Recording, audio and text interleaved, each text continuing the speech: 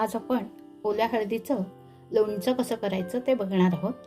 त्यासाठी ही ओली हळद मी पाण्यामध्ये स्वच्छ धुवून फडक्यावर पसरून सुकवून घेतली आहे, कारण लोणचं करताना ती त्यामध्ये पाणी अजिबात राहू नये म्हणून ही व्यवस्थित सुकवून घेतलेली आहे। त्याचप्रमाणे हे आलं पण ह्या लोणच्यामध्ये घालायसाठी घेतलंय, तर हे पण धुवून स्वच्छ कोरडं करून घेतलंय।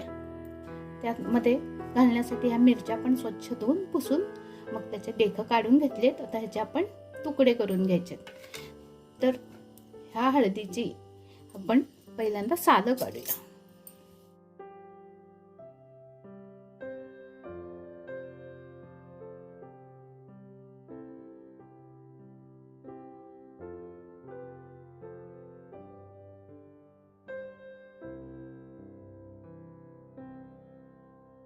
तर असं सगळ्या ह्या हळदीची सालं काढून मग आपण हे किसून घेऊया। त्याचप्रमाणे हे आलं पण सालं काढून मग हे आपण किसून घेऊया। हळदीचं लोणचं करण्यासाठी ही हळद इथं मी किसून घेतलेली। हे आलं किसून घेतलेलं आहे। हा 3 लिंबांचा रस काढून घेतलेला आहे।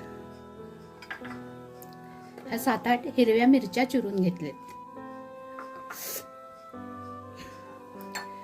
1 चमचा लाल मिरची पूड घेतली आहे। 4 चमचे मोहरीची डाळ घेतली आहे। 4 चमचे मीठ घेतले। अर्धा चमचा मेथी पावडर घेतली आहे। मेथी पावडर नसेल तर मेथीचे दाणे तेलामध्ये तळून आपण ते कुटून त्याची पूड करून ते आपण ह्यामध्ये घालू शकता। आणि हिंग, मोहरी आणि हळद घेतलेली आहे। आता आपण फोडणी करूया। फोडणी करण्यासाठी कढलं घेतलंय आणि त्यामध्ये एक मोठा भाजीचा डाऊल भरून तेल घातलंय। आता ते गरम झालं की आपण त्यामध्ये मोहरी घालूया। तेल चांगलं गरम झालंय, त्यामध्ये मोहरी घालते।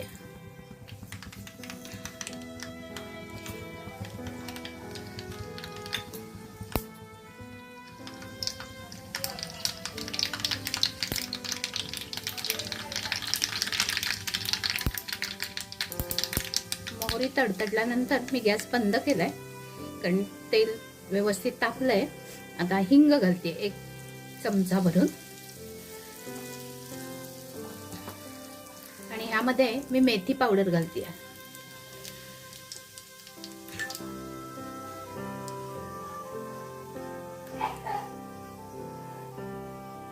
आणि हळद घालते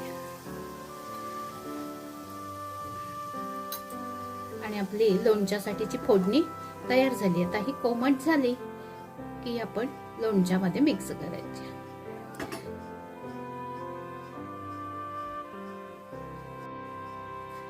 आता ही फोडणी थोडीशी नॉर्मल झाल्यानंतर यामध्येच मिरची पूड थोडीशी घालणार आहे, त्यामुळे लोणच्याला रंग चांगला येतो। आणि बाकीची मिरची पूड मी लोणच्याच्या मसाल्यामध्ये मिक्स करणार।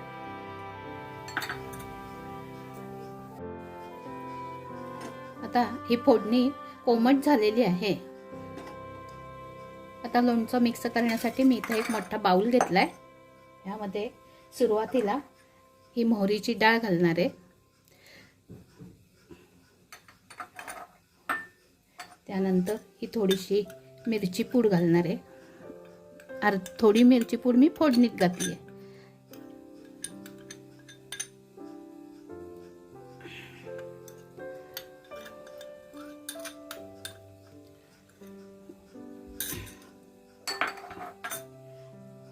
आणि हे मीठ घालणार आहे।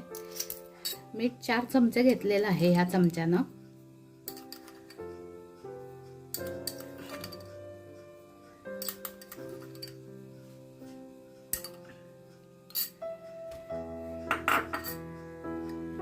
यामध्ये आपण ही कोमट झालेली फोडणी घालून घेऊया. बोट मावेल इतपत ती थंड झाली. अगदी थंड झाल्यावरही घालायची नाहीये.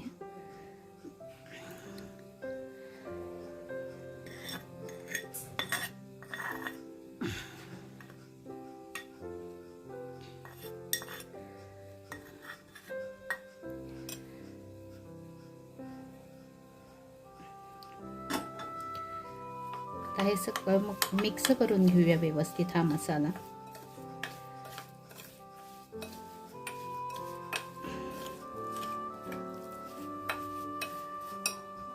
आता यामध्ये सुरुवातीला मिरच्याचे तुकडे,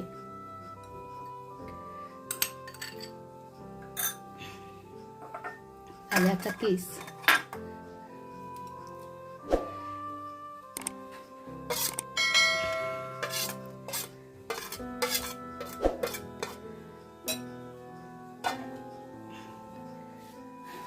आणि ही किसून घेतलेली हळद यामध्ये घालू.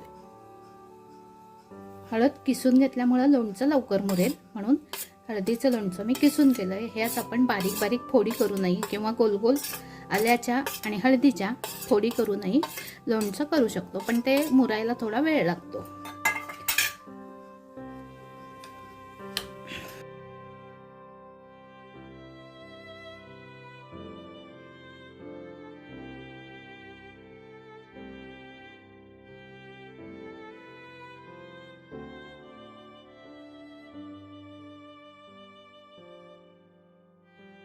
हे लोणचं व्यवस्थित मिक्स करून झाल्यावर यामध्ये 1 चमचाभर साखर घालते.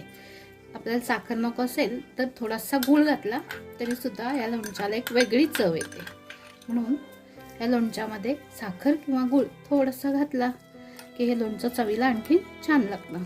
लोणचं करतानाची महत्त्वाची टीप म्हणजे लोणच्यासाठी जी आपण भांडी वापरणार आहोत ती सगळी कोरडी धुवून पुसून उन्हात सुकवून घेतली पाहिजे. म्हणजे मग आपल्या लोणच्याला बुरशी येत नाही आणि लोणचं खराब होत नाही. तसंच लोणचं भरताना बरणीमध्ये खाली थोडंसं जर आपण मीठ घातलं तर ते लोणचं टिकण्यासाठी मदत होते.